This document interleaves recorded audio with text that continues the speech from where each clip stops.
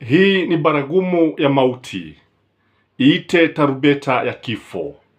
Hii ni baada ya the whistleblower, an insider of IEBC, revealed to the nation that Raila Amolo Odinga won the elections with a landslide. Tension is very high in the corridors of power. There is panic. There is all manners of trying to divert the attention.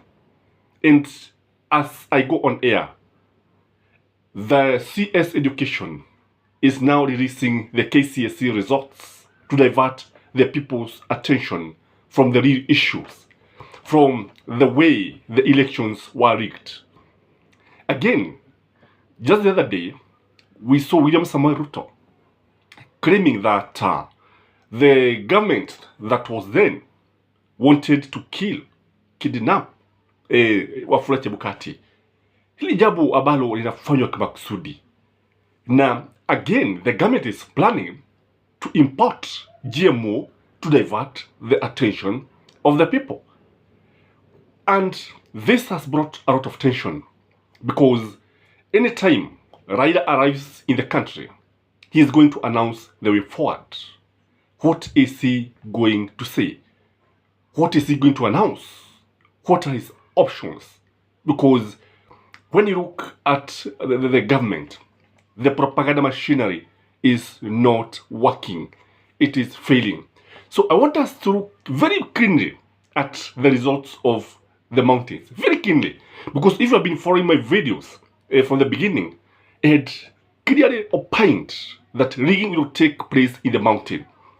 And it was very, very much deliberate. Remember, it is in the mountain that the agents were withdrawn at the last minute. So, what happened in the mountain? Because when you look at the results of Nyandarua, Raila Amolo Odinga got 41.9% against 65% of William Samoei Ruto. But when you look at the results that were given in the mountain, you realize, on average, Raila is given a 29%. When you look at Nyeri, kule kwa Gachagua, Raila Amolo Odinga led with 53.2% against William Samoei Ruto of 46%. Very, very interesting results. In Kirinyaga, where people are saying that Mother Karua could not win for sure, the latest results from the whistleblower indicate that in the real results, Kirinyaga had 71% for Raila Amolo Odinga and 27%. Muranga, Raila had 34% and William Samoei Ruto had 64%. Kiambu, Raila led with 52% against 45% of William Samoei Ruto. When you go to Laikipia, another Mount Kenya county, though in the Rift Valley, Raila led with 49.8% against 49% of William Samoei Ruto. Nationally, Raila led with 57.5% against William Samoei Ruto 41.6%, which is more than 2,240,000 votes. You can imagine. So, in this video, I want us to look at the options that Raila has. What are the options? If you're joining this channel for the first time, this is Gashis Comment TV, the tallest man in Black Africa. Remember to like this video, and you can also comment and share this video. The first thing that I believe Raila Amolo Odinga should do or is likely to do is to force the opening of Smartmatic company servers. Unajua wakati ambapo wale abu wafugwe walikataa katakata. In fact, the Supreme Court was like at a siege because it could not be able to force IEBC to open the IEBC servers. This talking about the intellectual property rights, what? I think it was wrong in my view. The Supreme Court failed the nation. Although Wafula Chebukati is a villain, what we have is that even the Supreme Court failed this country. So Raila can force this company to open the servers for the world to see what exactly happened. Kwa sababu kweli ni kwamba server hazikufunguliwa. The other thing is that Azimio can decide to declare Raila Amolo Odinga the president. Maybe the people's president, I don't know. But if you ask me, Raila Amolo Odinga won the elections. I've always opined this channel that Raila won the election. Some people thought have been, some people ask, yule Mkikuyu mwendawazimu wa Raila. No, the fact is, Raila won the elections because I know there are some things that cannot be hidden. Huwezi ukaficha bibi akiwa na miba, mwanamke yote akiwa na miba itaonekana. Huwezi ukaficha mtu mrefu ambaye amekalia mgogo wa gamia kama mimi. You can also not hide the truth. You cannot run away from the truth.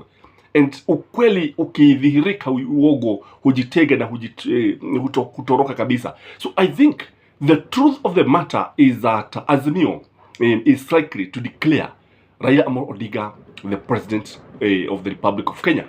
Again, maybe there can be a negotiation of a coalition government. So when you look at William Samoei Ruto has been very keen to work with Raila Amolo Odinga. And when you look at these guys who helped to steal the elections, the British and the Americans, they have also been very keen to ensure that there is a good rapport between Raila Amolo Odinga and William Samoei Ruto. Maybe this is what is in the making. Maybe this is what we are likely to see. Again, Raila Amolo Odinga can demand fresh elections. Azimio can demand fresh elections if it is proved beyond reasonable doubt. And I think this is something that should be taken very seriously. They can ask for a snap general election whereby Raila and William Samoei Ruto are going to sort it out. And again, maybe African Union can intervene because I believe a crime was committed here. This is a serious conflict here. And unless an external organization like the African Union intervene, I think Kenya could be headed in a crisis, in a constitutional crisis. Because whether William Samoei Ruto was sworn in, whether the Supreme Court declared him the president, and the facts are that Raila is the de facto president, and William Samoei Ruto is the de jure president, and then there will be a crisis. Because already William Samoei Ruto will suffer serious illegitimacy questions. Again, I think there can also be peaceful demonstrations. People can start picketing, because this one is allowed in the constitution. They can start demonstrating against William Samoei Ruto and his government. They can start saying ya kwamba yule mtu ambaye anauguza si ambaye alichaguliwa na watu. Because I think Azimio need to come up with something, and most likely to come up with something, na vile ambavyo watafanya huenda watu wakajipata wakiandamana. The other thing is that ICC could be called to intervene. Yes, because this is a crime against humanity. Yes, because I believe this is a serious crime. Sometimes ICC intervenes when we have a serious crime committed by the country and the government is not willing to investigate. Here, I think the time has come, because what happened is that the people's will was subverted. Vile ambavyo watu ambao walikuwa na yule rais ambaye watu walimchagua si ambaye anatawala. I think ICC need to intervene, because if this continues, things are not very good. Because how do we have a person winning the elections and then is declared the loser? And the reason why they were able to steal the elections in the mountain is because they were very sure that this is where William Samoei Ruto, people thought he was very popular. But I can tell you, Baba was very, very popular in the mountain. And many people up to today have never realized, have never known how he lost these elections. Ni jambo ambalo linaweza kuleta mitafaruku mingi sana. Ni jambo ambalo linaweza kuleta mivutano mikubwa sana ya kisiasa. It is something that can even affect the economy seriously. It is something that can affect the national fabric. You know, Kenya is a unitary state. And when you look at the blue state for sure, utapata ya kwamba hadi watu ambao waliugwa mkono na watu wengi sana. Ukiangalia zile county, because I believe when I was looking at this data, I think the only place that Ruto defeated Raila ni kule tu sehemu za Kalenjin Nation. Because ukiangalia utapata kwamba in some parts of Meru, lakini ukiangalia utaona Mali Kwig, including the mountain, Baba was ahead. The coast, northeastern, everywhere, Baba was ahead. So it is very, very difficult to convince people that Raila lost these elections. Kwa sababu kile ambacho tunaona ni kwamba America and Britain, I think they are going to intervene. Because you know, by the virtue that this election was bad good. Na wanajua vizuri sana. I think time has come for Raila to be given what belongs to him. I don't know what you think. I don't know what you think Raila should do, because ukiangalia utaona kwamba kuna haja ya ukweli kuonyeshwa na kudhihirishwa wazi wazi, tujue kweli this is what happened. And maybe let's wait and see what Baba is going to say. But it is important that we remain as a country united, and a country that actually support all the democratic gains that have been realized up to this moment. And may you have a blessed week. This is Gashis Kamani, the tallest man in Black Africa.